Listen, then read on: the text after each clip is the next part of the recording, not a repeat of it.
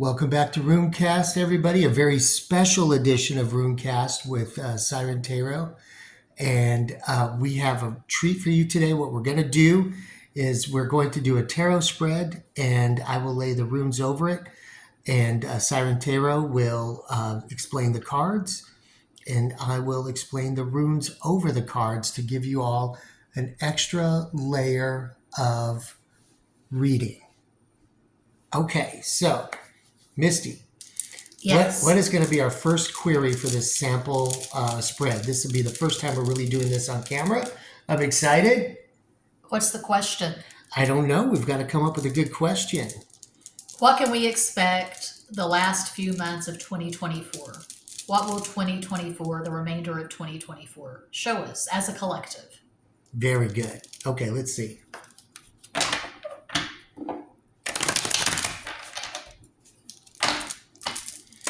You're shuffling the cards.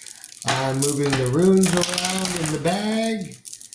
Let's see what we pull out. Princesa de Oros, Princess or Page of Pentacles, El Cagado, the Hanged Man, that's Pisces. Cinco de Oros, Five of Pentacles, Five is Mercury, Gemini, Virgo. Seis de Copas, Six of Cups, Six is Venus. La Torre, the Tower, Mars, Aries. And the Wheel of Fortune, Sagittarius. Okay. Push the top pile up a little bit so they can see, and then push the bottom pile down a little bit for us so we can see what we've got here. And I think everyone can see everything. I'll move that just a little bit in the center. Okay, so the way this is going to work, I'm going to lay the runes on top of each card. But I've not explained the tarot cards. Not yet, but we will. I will put Gibo down and Yera, and this one is Pertho, and this one is Raiho, and this one is Algis, and this one is Fehu. Okay, so let's talk a little bit about this spread. The question was, what can we expect for the last few months of 2024? And the first card, and I don't know if you do placements and like Nine Worlds, like what that card means in part to the meaning, but do explain that first card. I don't do Nine Worlds. I'm very straightforward how I read tarot. I do a 6-card spread for the purpose of precision and clarity. I don't read reversals. I look at positions and context and all of that. So there's not really a pattern to this because we have earth, water, and then 2 fire cards. This tells me I don't like to be that dramatic in my readings. I like to be very basic, keep it very straightforward, no frills. But it looks like 2024 may end in a quite dramatic fashion. It's going to be unpredictable. So I would say financially unpredictable. I would say that the best thing you can do, unless you're Elon Musk, unless you are a multimillionaire or a billionaire, the best thing you can do in these last few months is to be conservative with your money, conservative with your energy in general, because I see chaos, I see a lot of drama, I see a lot of conflict, I see nostalgia for the past, fear of what is to come. I see a lot of trepidation, and I see people just being very conservative and careful with their energy in these last few months of 2024.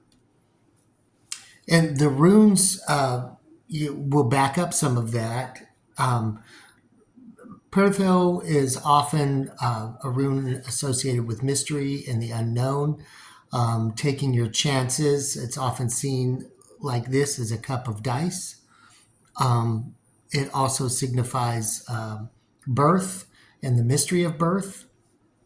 You mentioned nostalgia. That was so funny because nostalgia, Six of Cups. This Raiho rune, which was on my mind today, coincidentally, just kind of out of the blue. It's a solar rune, and it is like the chariot, but it entails a journey or a reunion or a return. And when you mentioned nostalgia, I kind of smiled about that. The tower, this is self-awareness and protection, making sure you're aware. Algiz is the protector from, things that may come your way. It's an awareness of danger and making sure that you're looking out for danger. This one, Fehu, is regarding wealth and money. And this one is all about equal giving and taking. So tell me a little bit. Gibo is all about the balance of what you receive as to what you put into it and what you give. So tell me about this card in particular in the last few months of 2024. She is The Princess of Pentacles, or the Page of Pentacles. That is very minimal effort. I see it as baby steps. I see it as being very careful and having trepidation, especially following the sequence, to go from the Page of Pentacles to the Hanged Man, which is very passive. Five of Pentacles, poverty, lack. It's a card of lack. So in this context, the Princess or the Page of Pentacles is minimal effort, not taking any risk. And I would say the rune Gibo on top of that card would indicate that you would have to make sure that what you put out is what you're getting back. Yes. In other words, being cautious and making sure that your engagements, your activities are always balanced, and knowing that you're not giving more or than you should receive. So your efforts are not being exploited. You want to make sure you have a balance. Yes. And then the Hanged Man, tell me about that, because Yira is a rune of patience.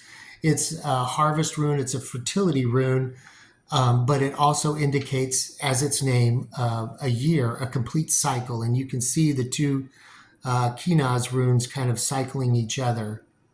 So for the Hanged Man, in these last few months, what's going on?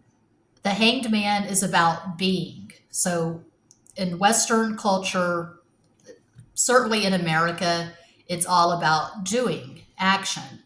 This is not participating. So you're taking a break from the chaos, the instability of the 3D. You're communing with the divine, the 5D. You're getting downloads. You're getting information that will help you navigate the wilds of the 3D. And with Yira on top of that, I would say this effort or non-effort, whatever you're experiencing right now, it's a process. It's going to take about a year to fully develop. Yes. So whatever happens during these next few months, whatever you're starting, it's gonna be a process. Growing pains. Exactly. And you've got to be patient and just kind of wait. Yes. Okay, now tell me about this card. This looks very interesting. So the Pentacles are all about the 3D. Resources, materials, just the stuff of the 3D, money. It suggests lack mentality, feeling like you can't buy the cheeseburger because you don't have money. You have enough for just the basics. You have enough for staples, rice, beans, whatever.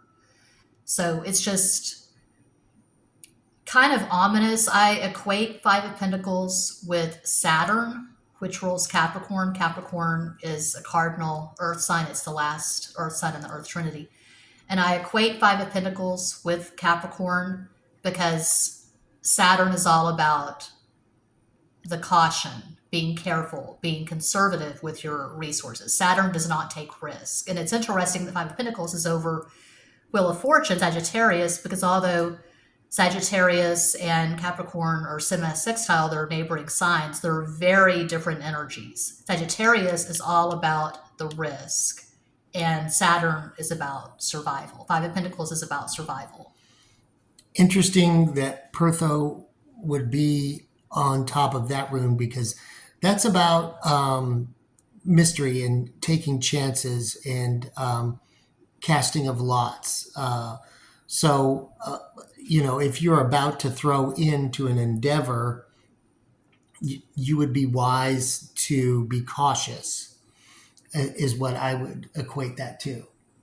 Not taking any unnecessary risk. Yes, because it's a chance. Yes. But if you're about to embark on some new endeavor, and you're getting ready to take a chance, that you'd want to watch your money and make Yes. sure, going back to Gibo, that you're getting back what you put into it. Yes. Okay, now, uh, Six of Cups. This is the relief of all of this. This is kind of the sweet spot.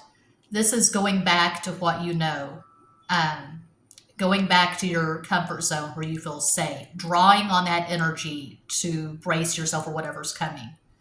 So, six is the number of Venus.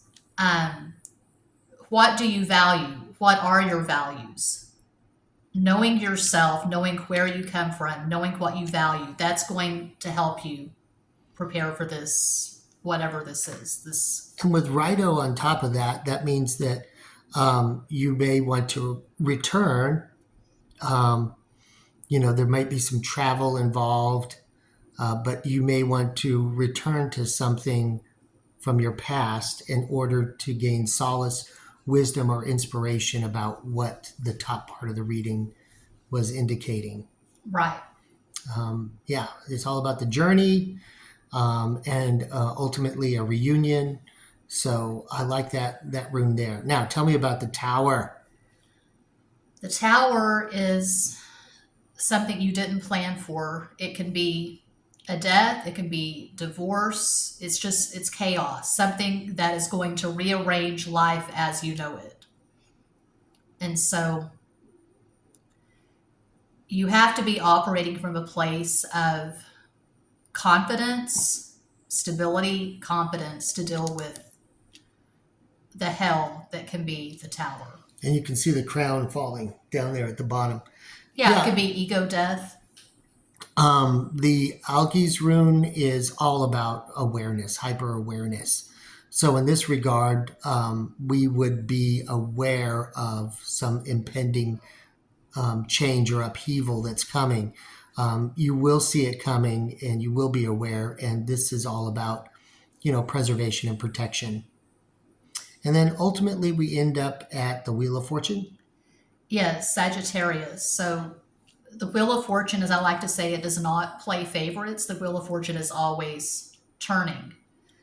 Um, and again, if you know yourself and you have stability, you have confidence, you have values, and you know what your values are, you're going to be prepared for whatever happens, whatever chaos occurs. And I would definitely read into these two cards. They're overlapping. I'm not sure what the position of that means. But this endeavor apparently will be fortuitous. This is about love. It could also be about wealth. And Fehu is the first rune in the order. And it signifies wealth, movable wealth, as well as, we draw a line with money and monetary things, but it's also a very powerful love rune. So taking a chance in love, maybe something that has to do with money, ultimately will pay off, but you may have to wait a little while. You're going to have to look out for some pitfalls along the way, but you're going back to something that you really know well, a positive reunion, and putting your mutual energies working together in synastry, where there's both giving and taking, and it's not out of balance. Collaborative effort. Absolutely. What do you think, Misty? Yeah. That's interesting how the runes worked on top of the tarot. Yeah, it adds an extra layer of meaning. It really does. Although these aren't the runes exactly to match these cards, idolically, this would be the ninth rune. This would be the fifth rune. This rune would match more closely probably with, oh no, the chariot. I don't know. But, you know, the runes don't match up exactly with tarot. There's only 24 of them. Yeah. So it's really interesting when you get into the pentacles and the wands and outside of the major arcana. Yeah, tarot, there's 78. There's 22 major, 56 minor. Yeah, so there's not an exact match. But I really feel like the runes gave the cards an extra boost in the reading, don't you? Yeah. It's pretty cool. Yeah, it is. I know. I'm really surprised how well that worked out. Well, do tell us below in the comments what you think about this. This is something that Siren Tarot and I thought that would be a cool addition to my little rune channel. If you like it, let us know. And thanks for watching.